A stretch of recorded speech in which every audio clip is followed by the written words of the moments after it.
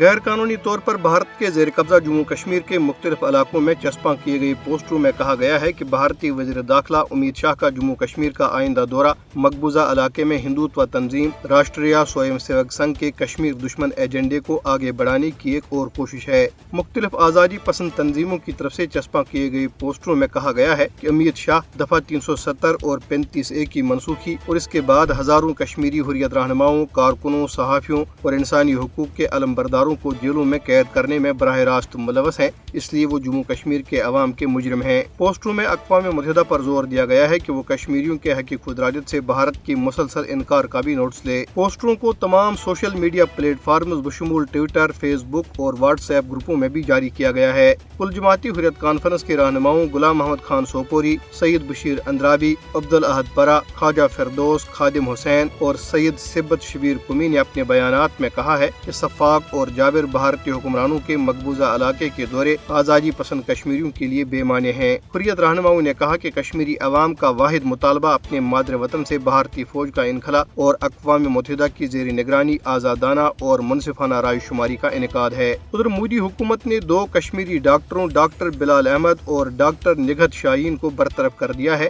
جنہوں نے شوپیاں میں بھارتی فوجیوں کی طرف سے 2 کشمیری خواتین نیلوفر اور آسیہ کی آبروریزی اور ان کے قتل کی پوسٹ مارٹم رپورٹ جاری کی تھی۔ دونوں خواتین کو وردی میں ملبوس اہلکاروں نے 29 مئی 2009 کو اغوا اور اجتماعی عصمت دری کا نشانہ بنانے کے بعد قتل کر دیا تھا۔ دلچسپ امر یہ ہے کہ مودی حکومت نے کشمیری ڈاکٹروں پر پاکستان نواز ہونے کا بھی الزام لگایا ہے۔ بھارتی پولیس نے ضلع اسلام آباد کے علاقے بیج بہاڑا میں ایک چوکی سے ابرار الحق اور توصیف احمد بٹ نامی 2 کشمیری نوجوانوں کو گرفتار کر لیا۔ پلوامہ میں بھارت کے بدنام زمانہ تحقیقاتی ادارے NIA کی ایک خصوصی عدالت نے ایک آزادی پسند کارکن ریاض احمد ڈار کو اشتہاری قرار دے دیا ہے۔ Jammu Kashmir national Panthers party کے رہنما ہرش دیو سنگھ نے جموں میں ایک بیان میں کہا ہے کہ نئی دہلی کی مقبوضہ جموں کشمیر پر ریموٹ کنٹرول حکومت خطے کے مفاد میں نہیں ہے۔